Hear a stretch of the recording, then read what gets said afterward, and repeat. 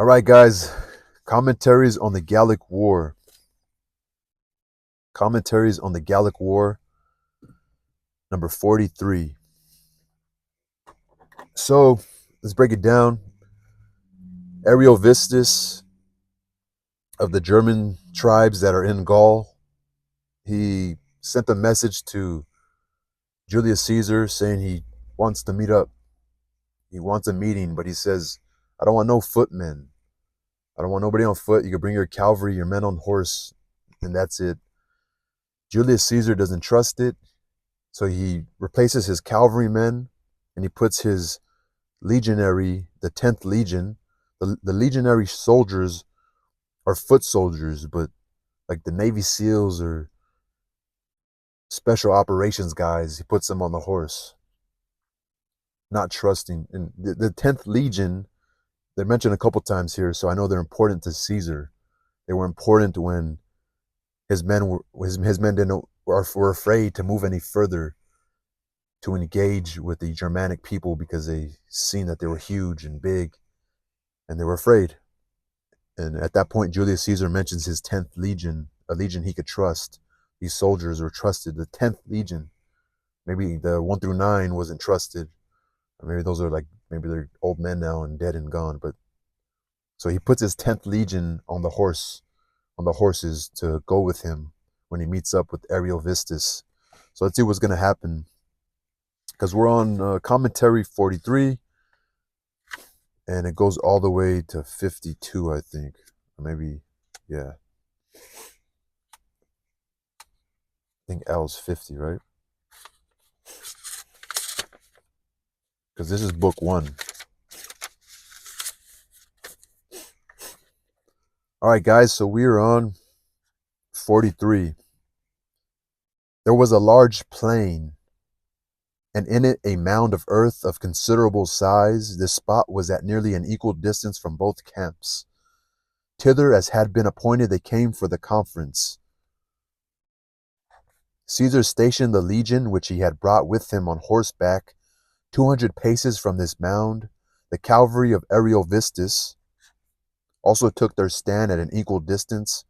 Ariovistus then demanded that they should confer on horseback, like they should be on horse when they talk, like conference, remember, confer, and that besides themselves they should bring with them 10 men each to the conference. When they were come to the place, Caesar, in the opening of his speech, detailed his own and the Senate's favors towards him, Ariovistus. It's interesting. I want to highlight that.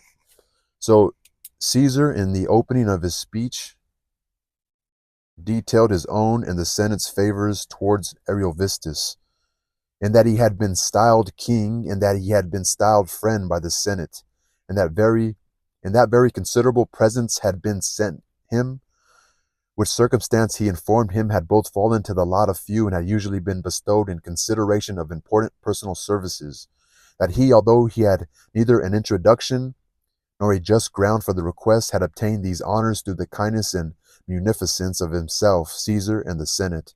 He informed him too how old and how just were the grounds of connection that existed between themselves.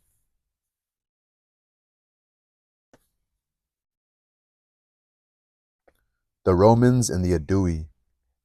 What decrees of the Senate had been passed in their favor, and how frequent and how honorable, how from time immemorial the Aedui had held supremacy of the whole of Gaul. Even, said Caesar, before they had sought our friendship, that it was the custom of the Roman people to desire not only that its allies and friends should lose none of their property, but be advanced in influence, dignity, and honor, who then could endure that what they had brought with them to the friendship of the Roman people should be torn from them. This is fucking. Even said Caesar, before they had sought our friendship, that it was the custom of the Roman people to desire not only that its allies and friends should lose none of their property, but be advanced in influence, dignity, and honor, who then could endure that what they had brought with them to the friendship of the Roman people should be torn from them. It is some sort of a tactic, makes you kind of dependent on them. It's like, give you gifts. Let me keep, like Ukraine and the United States right now. Ukraine's like, fuck, we're kind of in a bind right now. We thought it was gonna be free money, free money. Now here comes fucking Trump saying, hey, you owe us some motherfucking money. But we know why Putin wants that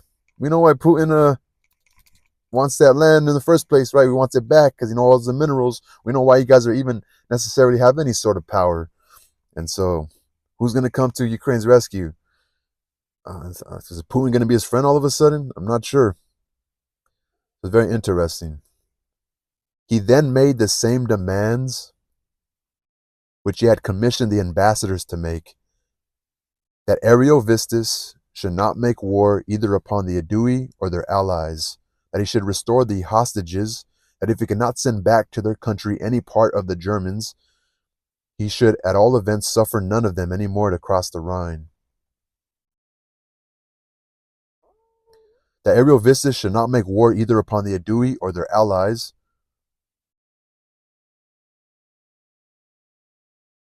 that if he could not send back to their country any part of the Germans, he should at all events suffer none of them any more to cross the Rhine.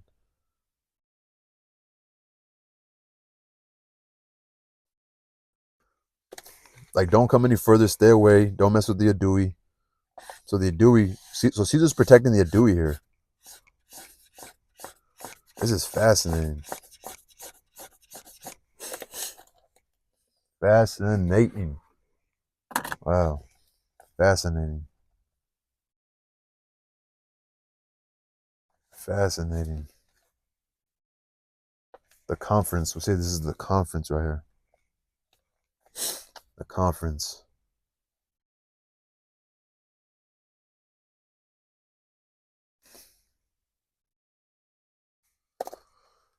Interesting. Fascinating. The conference with Ariovistus. The conference with Ariovistus.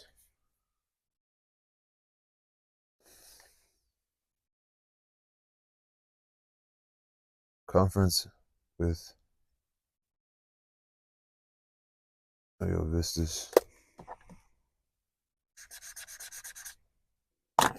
Henry, all peace.